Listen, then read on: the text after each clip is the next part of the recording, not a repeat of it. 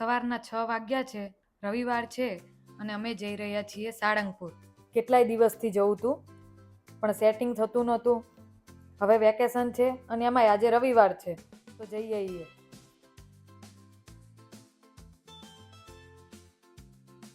અમારી સાથે છે આ મારી બેનનું ફેમિલી.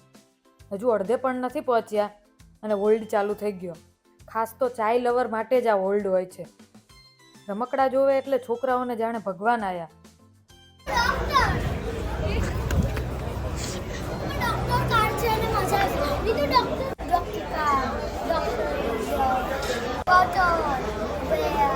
જોઈ લો, ચાય એન્ડ ગાંઠિયા લવર. ફાઇનલી 10 વાગ્યા પહેલા અમે સાળંગપુર પહોંચી ગયા.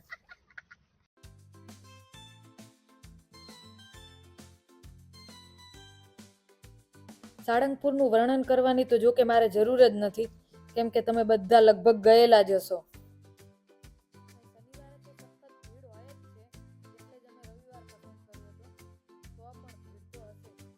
અને એવું જ થયું.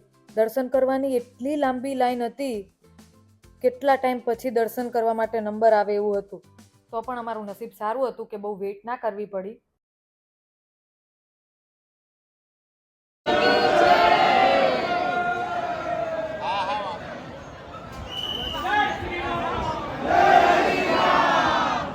ઘણા લોકો નથી સમજતા હોતા અને ધક્કા મુક્કી કરે છે. ખરેખર આવી જગ્યાએ શિસ્ત જાળવી અને શાંતિથી દર્શન કરવાના હોય. દર્શન કરીને અમે પહોંચ્યા ત્યાંના સ્ટોર ઉપર.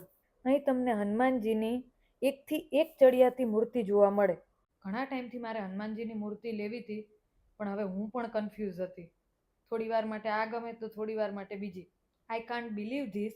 અહીંયા પણ મને ફોલોવર્સનો પ્રેમ મળ્યો. Thank you so much. થોડું કન્ફ્યુઝન હતું એટલે આ કામ હોલ્ડ ઉપર મૂકી દીધું. અને પછી અમે પહોંચી ગયા પ્રસાદ લેવા માટે. લાસ્ટ ટાઈમ જ્યારે હું અહીં આવી ત્યારે આ ભોજનાલય નહોતું, પણ અદ્ભુત સુવિધા છે. લાખો લોકો અહીંયા જમે છે. પ્રસાદ લઈને અમે પહોંચી ગયા બાજુમાં સ્વામિનારાયણ મંદિર છે ત્યાં દર્શન કરવા.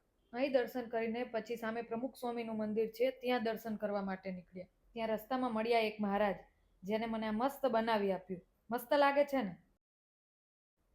આ સાઈડમાં રૂમો દેખાય છે ને હોસ્ટેલ જેવી, એની સાથે લાસ્ટ ટાઈમ જ્યારે અમે અહીંયા આવ્યા ને ત્યારે નાઇટ અહીં રોકાયા હતા. તો રાતે નીચે હું બેઠી હતી ને ઉપરથી કોઈ પાણીની બોટલ ફેંકી અને સીધી મારા માથામાં.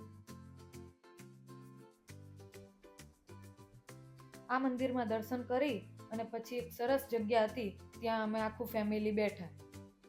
હજી મૂર્તિ લેવાનું કામ બાકી હતું એટલે પાછા અમે ત્યાં ગયા. મૂર્તિ તો બધી ગમે એવી જ હતી, પણ જે સાઇઝમાં જોઈતી હતી એ ડિઝાઇન નહોતી મળતી. પણ ફાઇનલી એક સિલેક્ટ કરી. તડકો તો ભયંકર હતો જ, પણ 1:30 વાગે અમે ત્યાંથી નીકળી ગયા. એને સાચવીને ઘરે પહોંચાડવી એ અઘરી હતી. ફાઇનલી અમે ઘરે પહોંચી ગયા. નેક્સ્ટ બ્લોગ શેના ઉપર બનાવવું એ જરૂરથી કહેજો.